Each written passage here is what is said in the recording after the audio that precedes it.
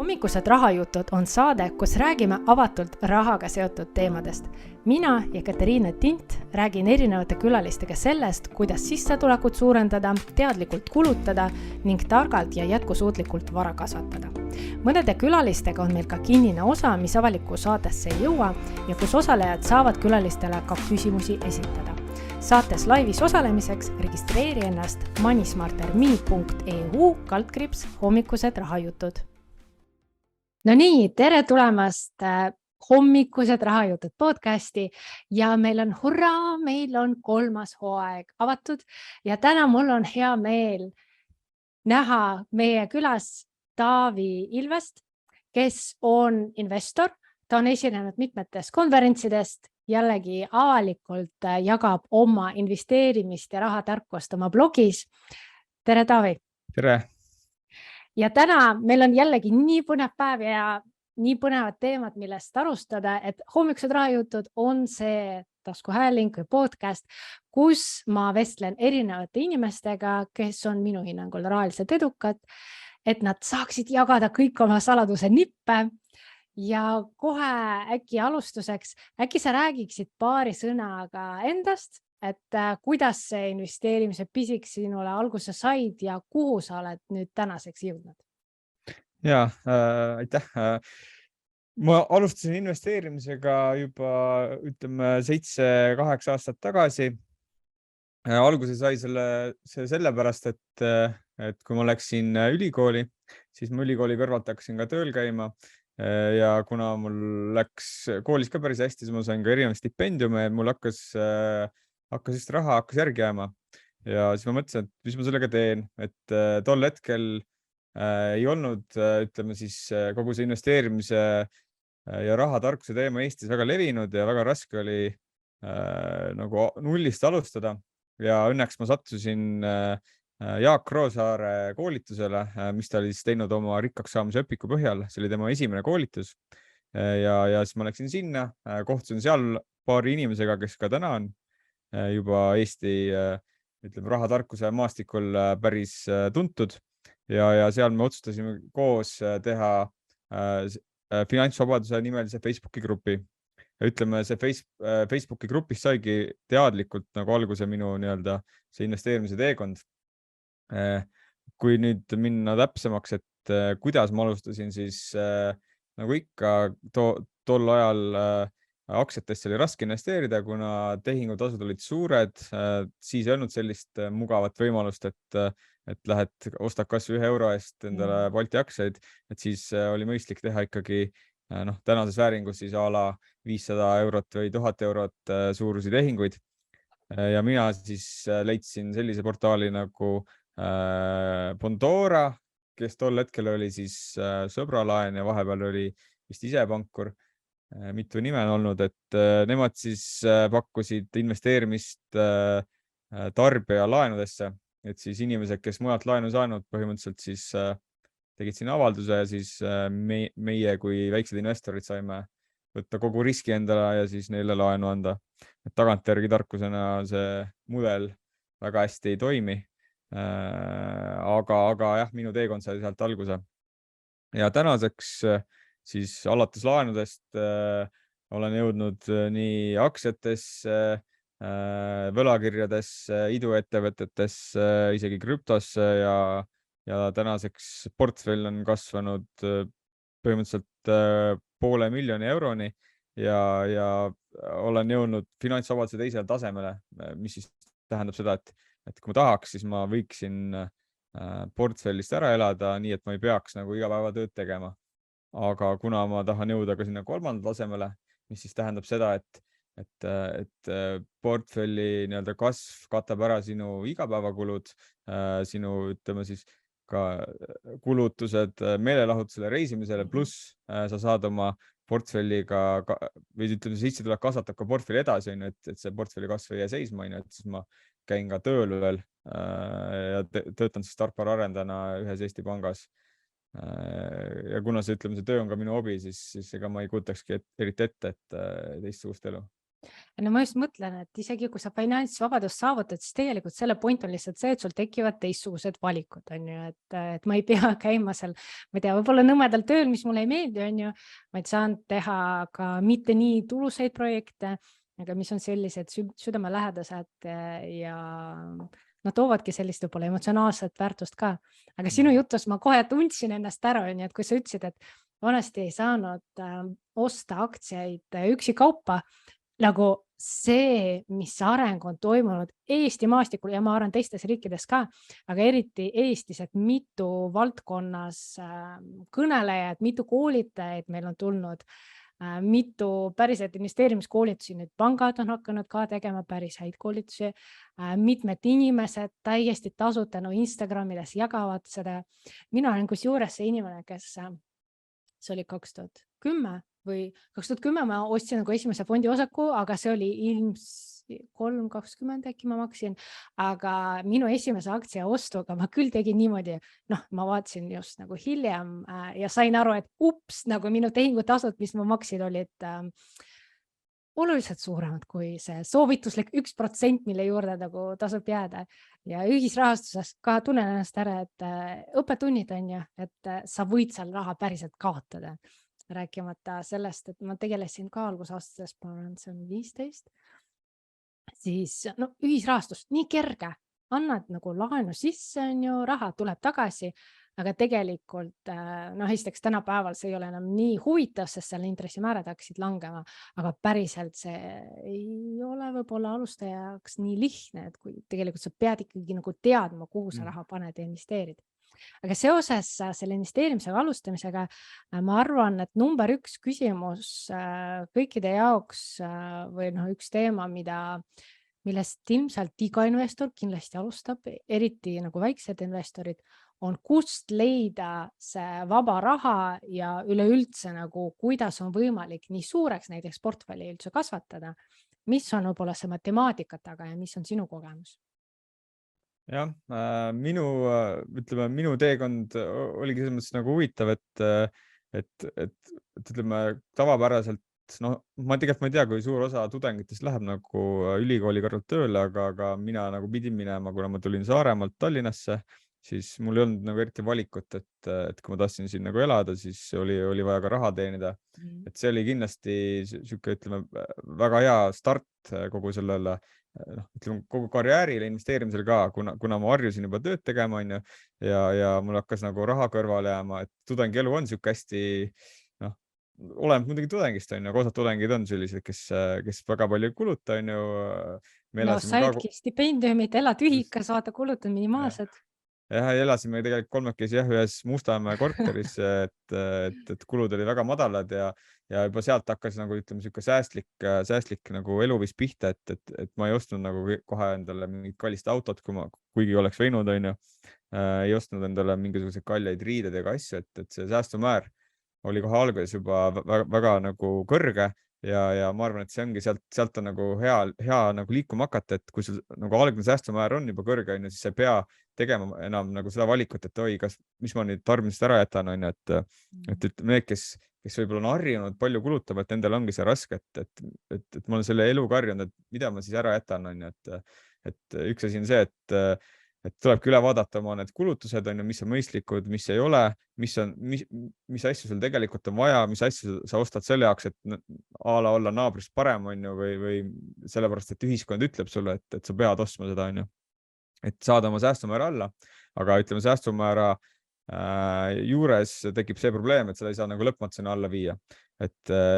siis see teine samm, mis mina ka tegin, on see, et lisaks palgatööle olen ma terve elu teinud ka vabakutselise tööd. Ehk siis sisuliselt töö kõrvalt olen teinud sarnast asja, mis ma päevaltööl teen. Olen pakkunud erinevatele firmadele programmeerimisteenust, täna pakun ka tarkvara auditit ja sellist konsultatsiooni. Et kui ma vaatan nagu portfelli sisse, on ju, et siis alguses jah, läks sinna palgatööst ja ütleme vabakutselise tööst enam-vähem ühepalju portfelli kasvu, aga mida rohkem aega edasi, seda rohkem on sellest nii-öelda vabakutselise tööst sinna portfelli kasvu läinud, et ja täna viimased, ma ei tea, aasta või poolteist ma tegelikult olengi ainult suunanud raha portfelli sellest vabakutsese tööst ja see, mis ma olen nagu töölt teeninud, olen siis tarbimisse võtnud ehitanud endale suvemaja ja nagu elu nautinud, No siin ongi vaata see, et eriti praegu see inflatsiooni kasv on olnud nii suur ja arvestades, et palgad lihtsalt ei jõua kasvada nii kiire tempoga, siis iga ühe inimese jaoks tegelikult tekib see küsimus on ju, et jah, see sissetulekud suuremaks, kulud, kohe tekib küsimus, mis on need siis asjad, mis sina ütlesid, et ei, me neid ei osta. Selles mõttes, et ma arvan, et ongi üks koht, kus ma nagu kohe alguses nagu päris palju kokku hoidsin, ongi näiteks auto ostmine, et ma ostsin täiesti suvalise odava auto, võib-olla,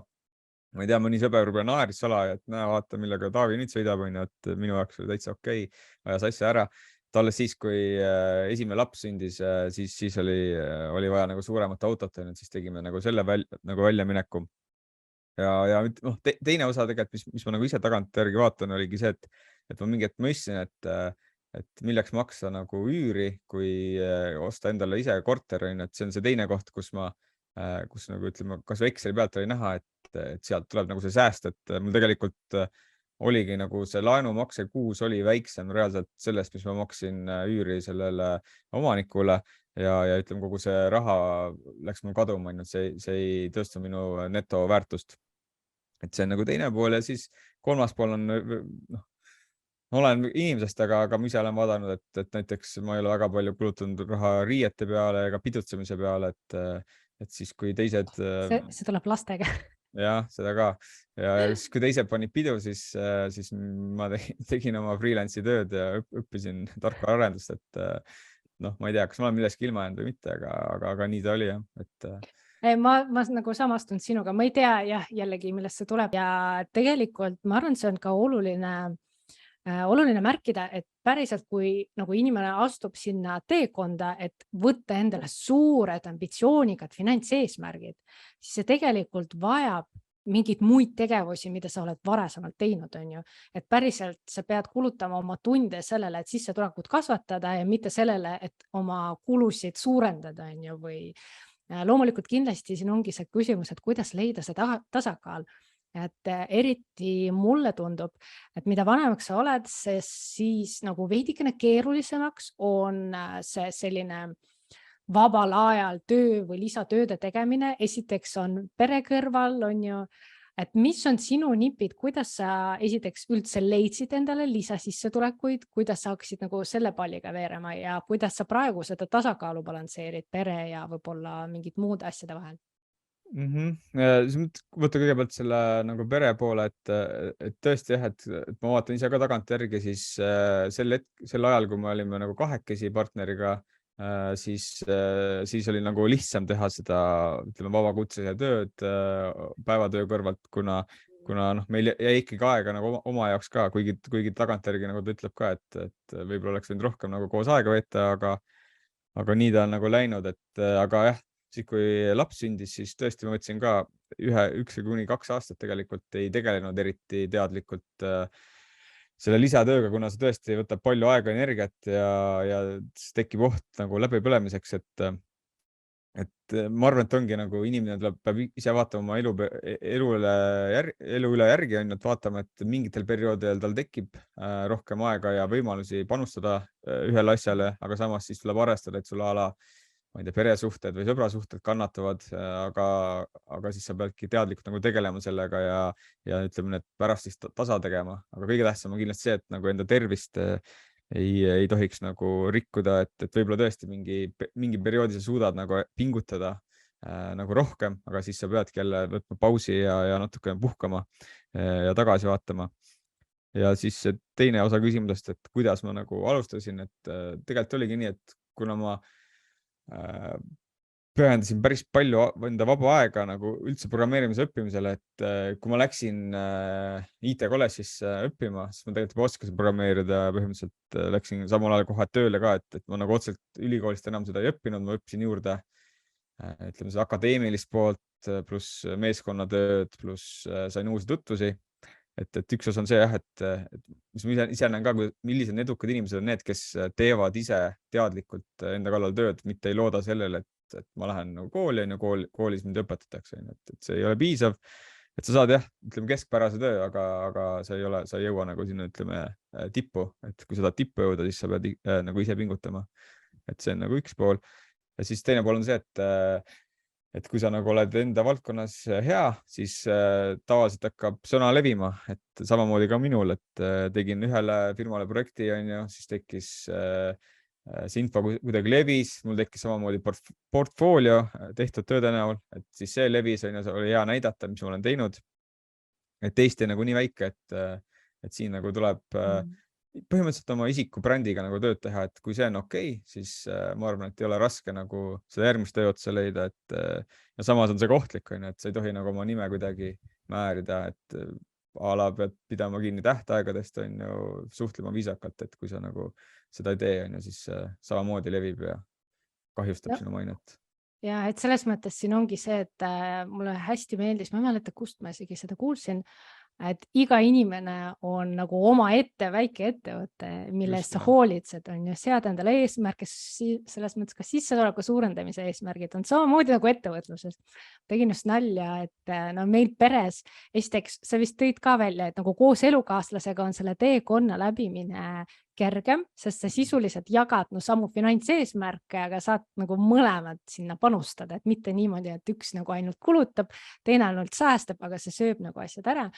vaid kahe peale võtta nagu need eesmärgid ja ma olen küll nalja teinud, et meil on nagu ettevõtte koosolek, et kuule, no meil nagu pere on üks ettevõte ja siis nii vaatame, mis on meie prognoos tuleviku nagu sissetuleku suurendamise plaanid ja kulude juhtimine, et selles mõttes see nagu väga sarnaneb üks teisele. Aga nüüd selle investeerimisega, kui algus on tehtud ja lisasissetulekut on leitud, mis on kindlasti, ma arvan, tänapäeval üks väga väljakutsuv ülesanne, niimoodi panna sõna levima, et sa saad kellegi jaoks midagi head teha. Sul on enda veebileht, et veebilehel kohe panid ka välja.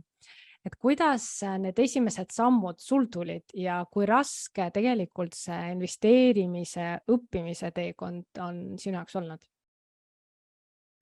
See mõttes, et kui võtta seda investeerimise nagu õppimist, et siis no mõtlen, see ongi niisugune olnud step by step, et üks varaklass põhimõtteliselt korraga ja siis ma olen ise tähele pannud seda, et kui sa nagu tahad reaalselt midagi ära õppida, siis sa pead nagu seda ka tegema, et nagu praktikas a la, kui sa tahad, ma ei tea, aktsiatesse investeerida, siis teegi see esimene tehing ära kas või kolmandasse sambasse, et mis on suhteliselt sarnane aktsiatele. Et kui sa selle asja ära teed, esimest korda ära teed, sa saad aru, kuidas see toimib ja sul tekib suurem huvi ja tahad seda nagu jälgida, et eriti on see nendel inimestel, kellele meeldivad numbrid, et mina olen ka selline inimene, kellele meeldivad numbrid, kes tahab numbrid vaadata ja teha statistikat, graafikuid, et need, kes on nagu numbri-inimesed, nendel kindlasti nagu tasub see kas või väike samm ära teha, siis kohe tekib moti juurde, et ja ütleme, teine pool ongi see, et olen arenenud koos nii Eesti finants nagu tarkuse levimisega, on tekkinud juurde uusi koolitusi, on tekkinud foorumeid, gruppe, chatte, kus kohas nagu teemasid arutatakse ja samuti tahaks kindlasti välja tuua selle, et me oleme nagu ka loonud enda sellise sõprusringkonna või mastermind grupi, kus me nagu arutame ka neid teemasid igapäevaselt, et mitte ainult tegelikult finantsteemasid, vaid ka ütleme elulistel teemadel a la, kuidas lapsi kasvatada, kuidas ma ei tea, trenni teha rohkem paremini, kuidas enda ma ei tea, leida vaba aega rohkem või kuidas nagu enda tervist nagu parandada sellistel teemadel, et sihuke ühine tugi või aitab nagu samamoodi liikuda nagu edasi nii finantsteel on ja kui ka ütleme, kas siis ettevõtluses või karjääriredelil, et seal on ka päris tihti olnud olukordi, kus kellelgi on mingisugune, ma ei tea, raskem periood või keegi tahab nõu karjäärialaselt saada või isegi mingi uue teenuse või tootega, et samamoodi olen üksteisele nagu nõu andnud, et see taustsüsteem on hästi oluline. Üksi sa võid nagu pusida, aga lõpuks võib see nagu mott ära kaduda ja siis see on hea, kui keegi on kõrval, kes sind nagu aitab või siis, kes on sul nagu eeskujuks, et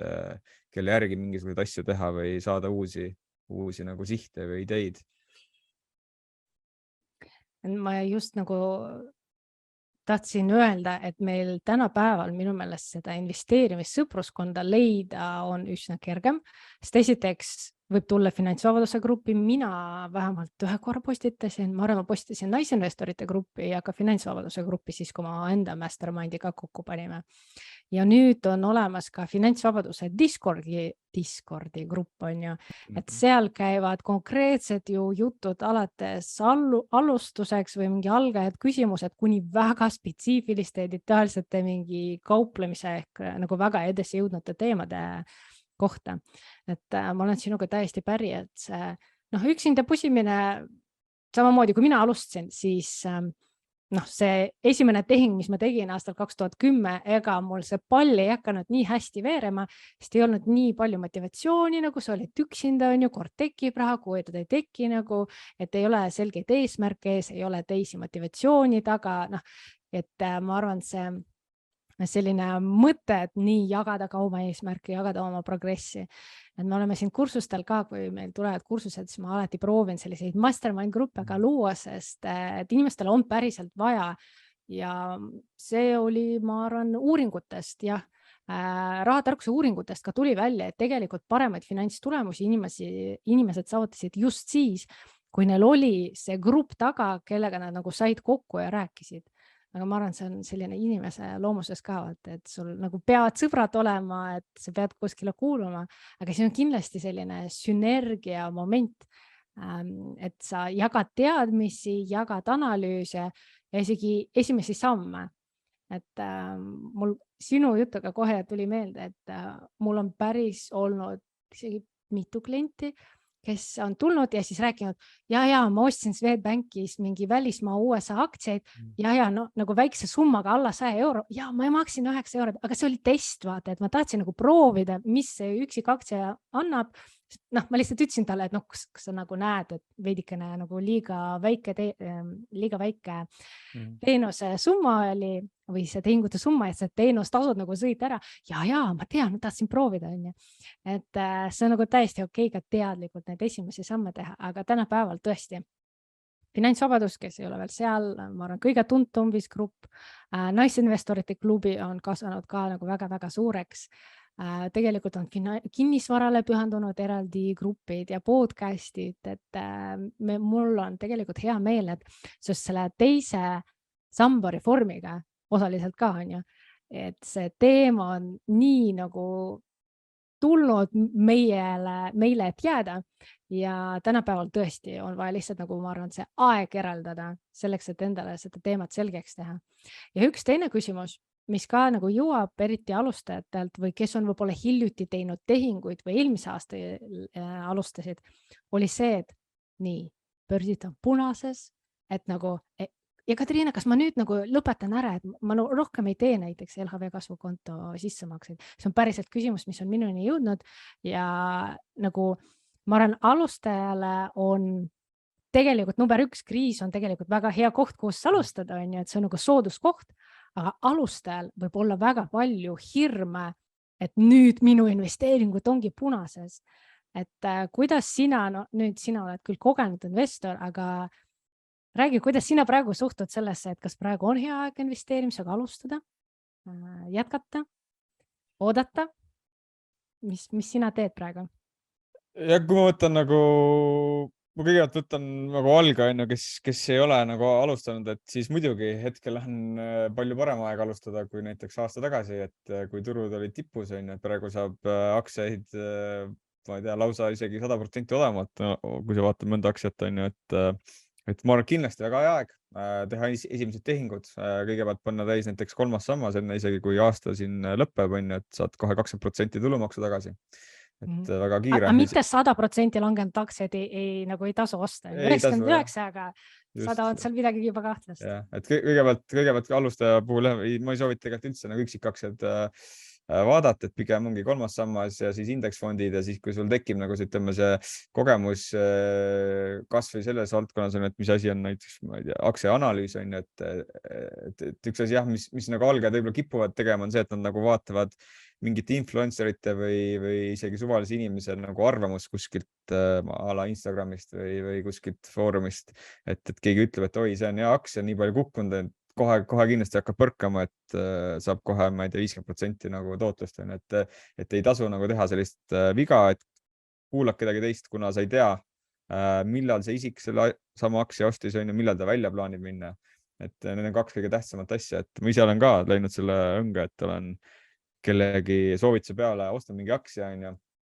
võib-olla tõesti sisenemise hetk oli enam-vähem okei, aga ma ei tea enam, millal välja minna, et vaatan, aktsia kukub, et siis ma mõtlengi, et mis ma nüüd siis teen, kas ma hoian või lähen välja või pidi isegi nii minema, et minu nagu kõige suuremad siuksed või kõige kahjulikumad tehingud ongi olnud läbi selle. Aga kui me võtame nagu täna selle majandusolukorra, siis mis ma ise teen, on see, et ma olen kogunud raha nii-öelda tagavara, et siis tagasi tulnud laenud ja põhiosa ma ei ole enam reinvesteerinud. Aktsiaid ma otseselt ka enam nagu ei ole maha müünud nagu selle, ütleme, languse hirmus. See põhiline põhjus on see, et ma ei tea, millal põhi tuleb, et põhja tabamine on väga raske ja teiseks on see, et isegi kui ma nagu arvan, et okei, et turud võivad veel kukkuda, siis on see, et ma tõenäoliselt ei julge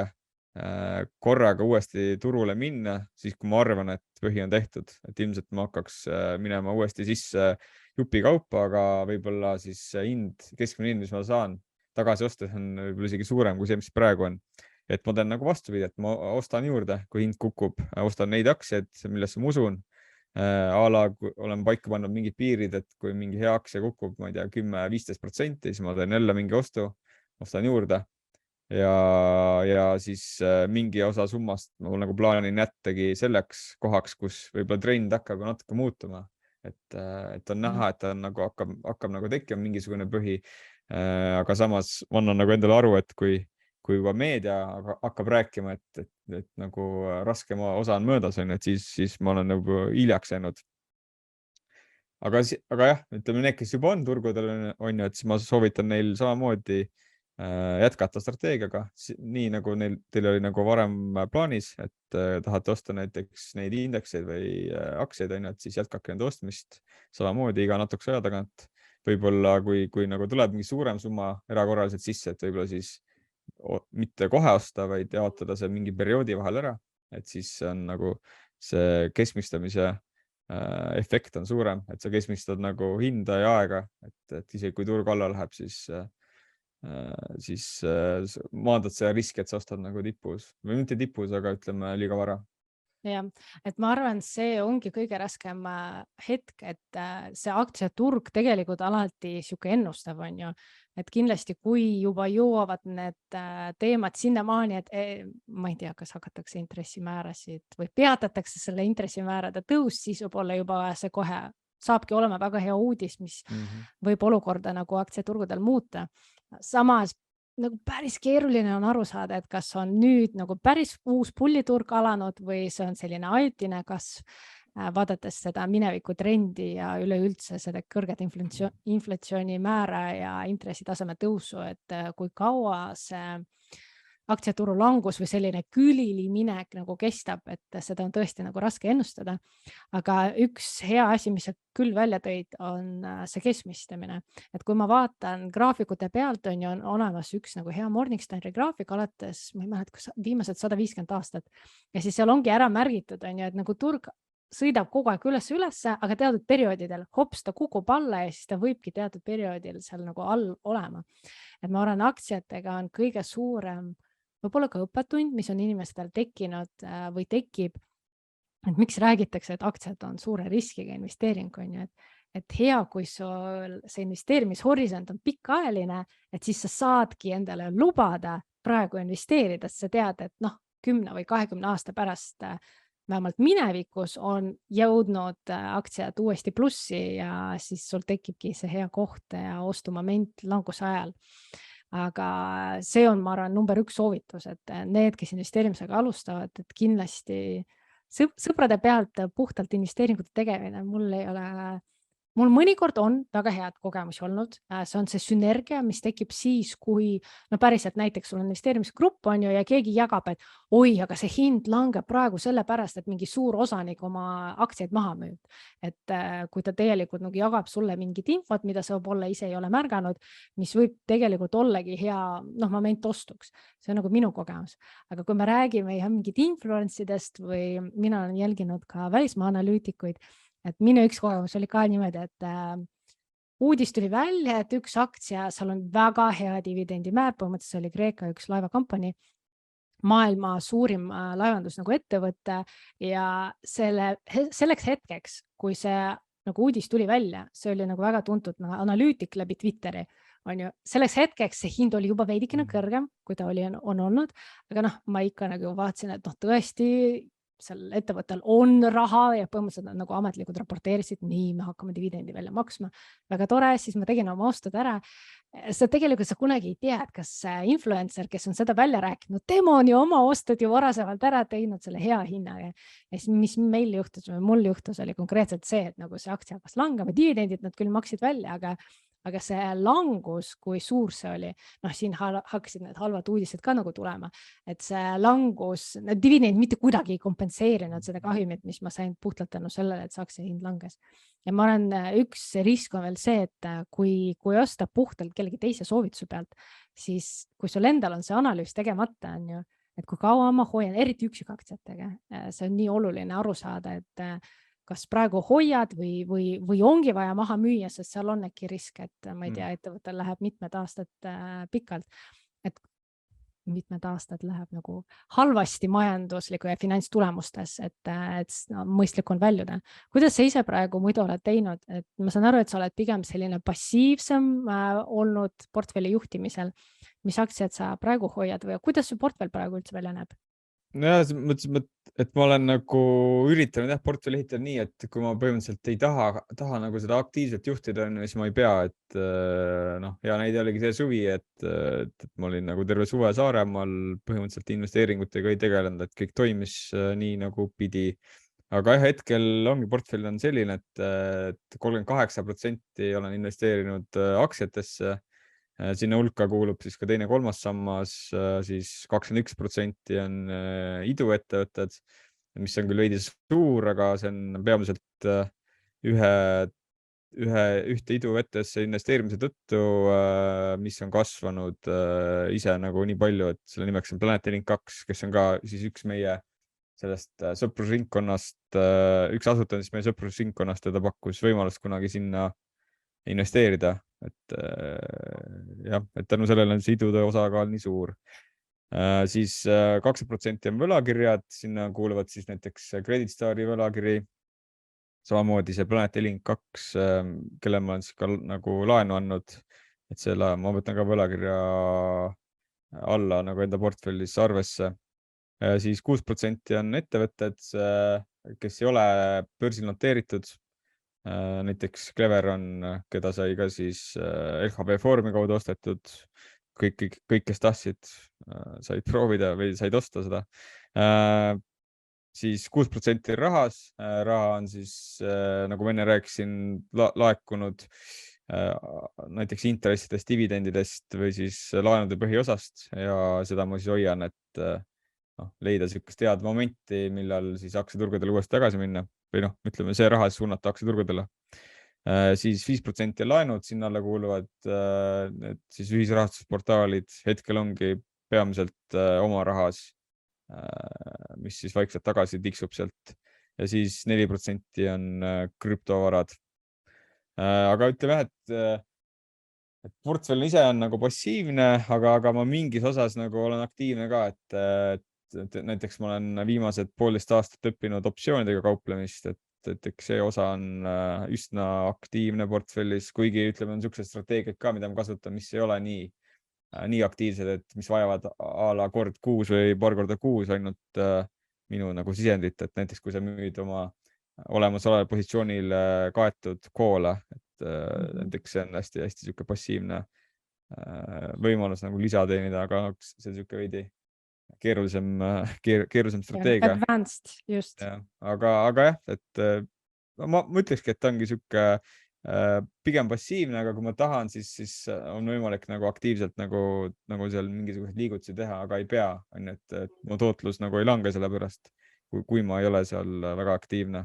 Et mul ongi nagu need ettevõtted ära müünud vaikselt, keda ma ei taha pikaajaliselt hoida ja alles hoidnud need, keda ma tahan ja siis ütleme, see mõttemaailm ongi lihtsam, et ma ei pea nagu iga kuu jälgima neid tulemusi, vaid ma vaatan nagu pikemalt, et kui aasta või kvartali aruanded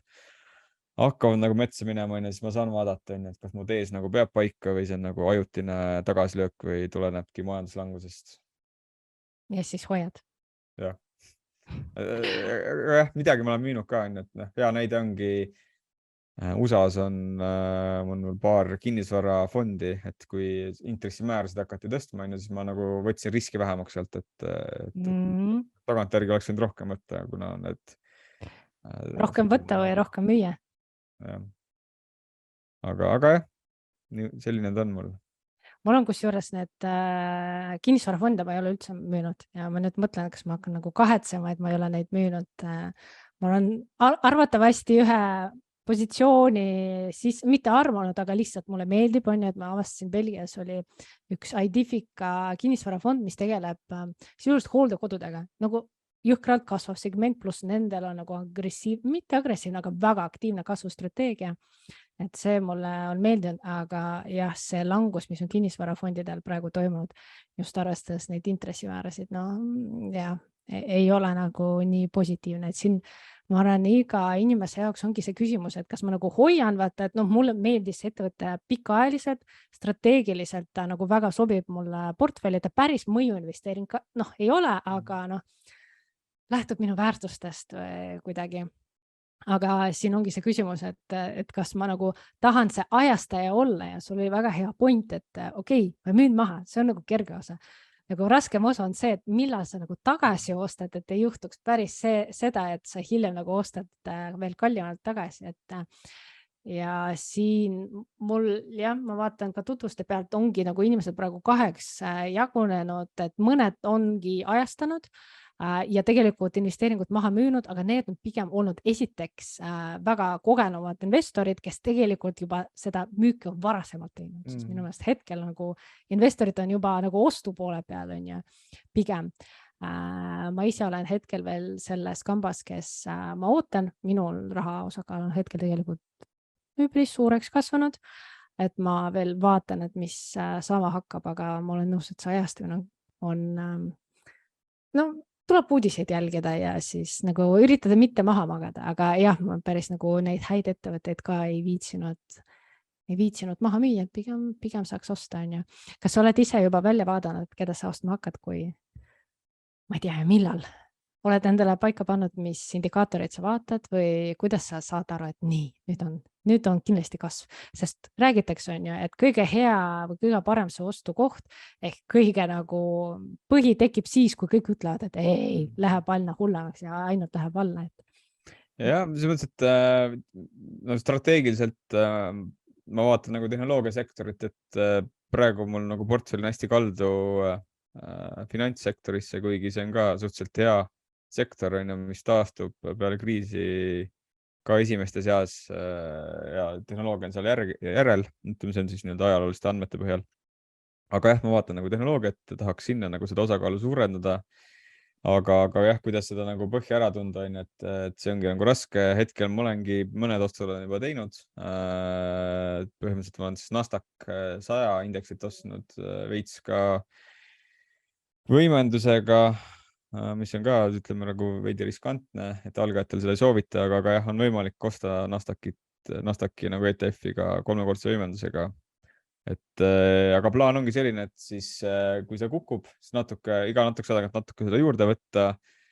viia see keskmist hinda alla ja siis kui tehniliselt nagu seda vaadata, siis seda pilti, et kui seal nagu hakkab tekkima mingisugune põhi, et mingi hetk nagu ma usun, et need müüjad kaovad ära sealt tagant. Et siis on näha, et kas volüümid lähevad maha või siis hind jääbki nagu mingisse vahemikku nagu pidama, et võib-olla siis nagu natuke julgemalt seda vaba raha nagu sinna panna, aga praegu jah, pigem siuke tagasihoidlik, hoian nagu kätt pulsil on ju, pluss see nagu aitab maandada seda emotsiooni ka, et aktsia kukub, et ma ei tee midagi, on ju, et kui sa teedki mingi väikse ostu, on ju, siis sa vähemalt tunned, et oi, ma midagi olen teinud, et ma ei passi nagu niisama, et ma olen sama strateegiat kasutanud a la mingite meemstokkide mingi asjad ka, et kui siin kõik rääkisid, et et osta mingi GameStopi, on ju, et see läheb nagu üles, on ju, et ostad siis mingi, ma ei tea, $100 eest, on ju, et siis saad öelda ka, et ma olen ka seal paadis, on ju, et siis üle sa tunnet, et fear of missing out, vähemalt sa oled nagu midagi teinud, on ju, et see on siuke, ma ei tea, mulle vähemalt toimib siuke häkk, et pea või aju kuidagi mõtleb, et okei, et sa oled ka siis nagu teed selle sõidu kaasa, on ju, mis siis, et see absoluutnumbrid on hästi väike, aga vähemalt teed, on ju. Aga jah, niimoodi ma olen vaadanud ja ütleme, see kinnisvara pool ka hoian nagu seal ka silma peal, et ma arvan, et kui tuleb nagu mingisugune nagu uudis on ju, et seda intressimäära enam ei tõsteta või jääb seisma või hakatakse langetama, on ju, et ma arvan, et siis kohe see kinnisvara samamoodi hakkab uuesti kiiresti üles liikuma. Ja teine asi sellepärast, et kuna on inflatsioon, on ju, siis samaväärselt kinnisvara ehitada on nagu palju kallim ja ma arvan, et tänu sellele need fondid, kellel see kinnisvara on juba sees, on ka nagu võiduvees, on ju, et ju need üürnikud tuleb ka tagasi ja ilmselt nad saavad hakata mingi hetk ka neid ütleme, rente tõstma, on ju, et täna on jah, tänu ütleme koroonale on ju, ei tahetud eriti neid rente tõsta, on ju, ja ütleme selle majanduse pärast ka tehakse soodustusi, aga ma arvan, et kui ütleme majandus hakkab nagu muutuma, et ma arvan, et see kinnisvara nagu võiks taastuda, et sinna ma vaatan ka, kuna ma ise ei taha nagu ise endale mingisugused üürikorteri võtta ja ma ei taha nagu ainult Eesti riskiga võtta, et siis ma nagu nende fondide kaudu üritan seda riski võtta, et need on need kaks kohta võib-olla, et finantssektorit ja natuke olen ka vaadanud, aga ütleme, see osakaal on nii suur, et kui võtta nagu teadlikult vaadata neid osakaalusid, siis peaks nagu mujale ka raha suunama, et kuigi tahaks nagu. Ma ise töötan ka finantssektoris ja tuttavaid on nii palju seal, et sellepärast kuidagi see tasakaal on jah sinna poole nagu liikunud, et nojah, see nagu hajutamine on üks reegel, aga mis seal räägitakse, et kui sa ei tea, millest sa investeerid, siis sa nagu hajutad, on ju, et tegelikult, kui on mingi eelis teadmiste poolest või analüüsi poolest, siis võib ennast nagu täiesti õigustada, et investeeridki suuremaid summasid, aga selleks päriselt peab kodutöö nagu tehtud olema. Ja mis puudutab kinnisvara, mul endal mõlemad, aga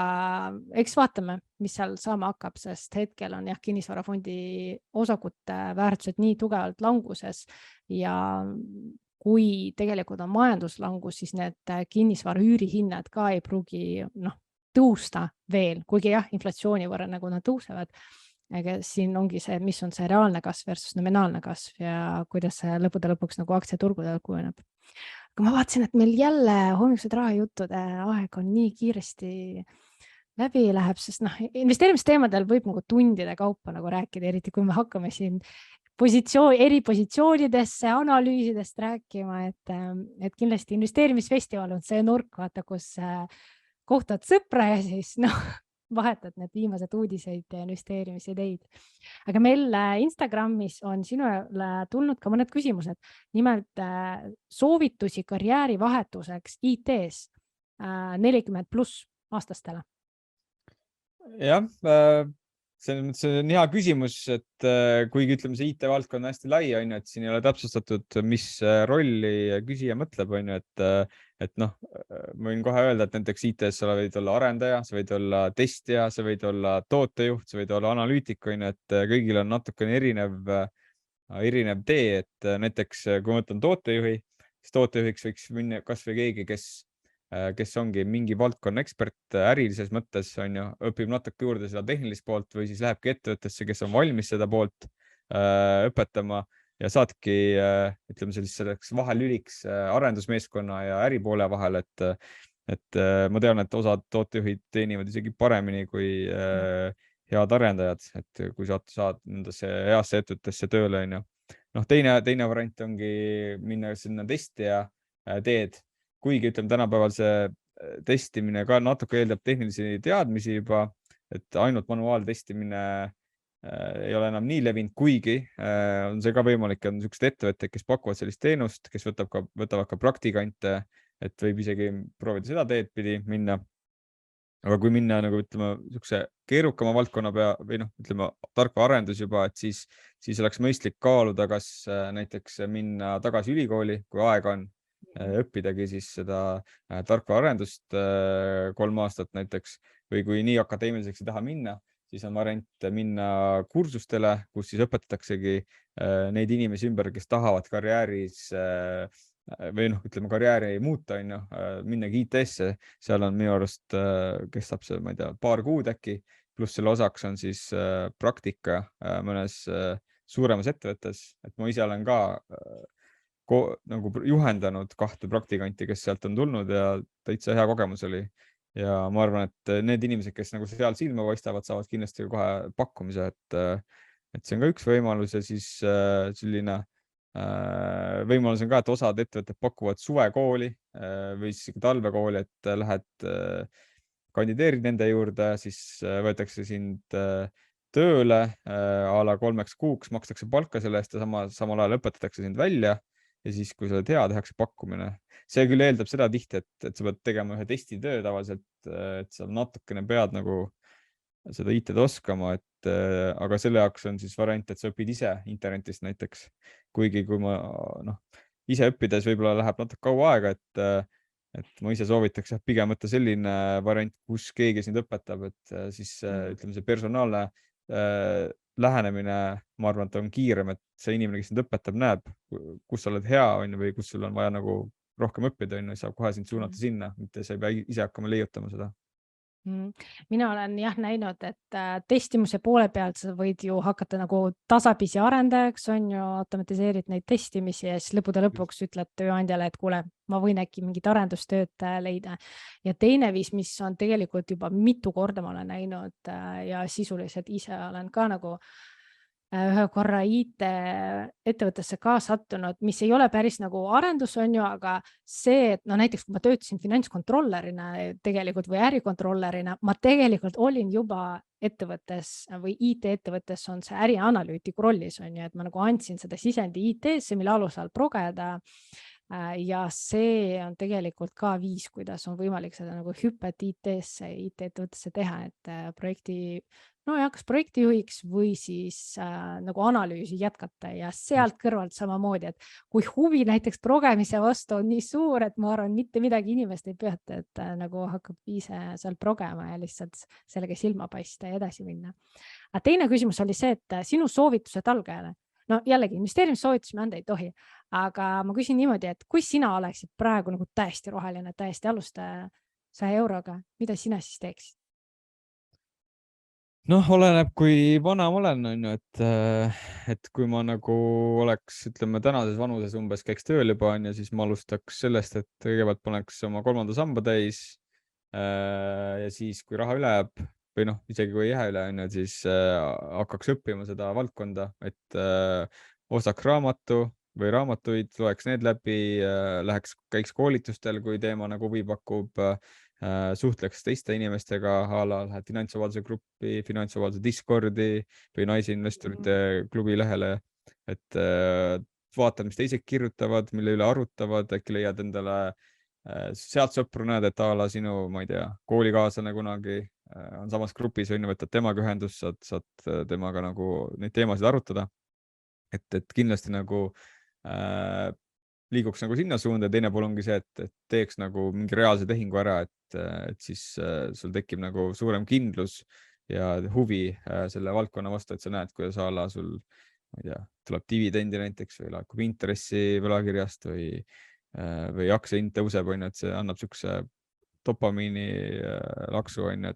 et võib-olla tekitab veel suuremat huvi nagu sellega tegeleda. Võib-olla see on kõige mõistlikum, et lihtsalt pihta hakata, mitte oodata, et kui tuleb uus aasta, on, et siis hakkan pihta, on, et pigem hakka täna kohe pihta. Jah, et see õppimine nagu võtab aega ja aitäh sulle nende mõtete eest ja tänaseks korraks me siis Hommikused Rahajutud podcasti hakkame lõpetama ja see oli avatud osa, mida saavad kuulda inimesed podcastina. Meil on ka kinnine osa, kus on võimalik külalisele küsimusi esitada.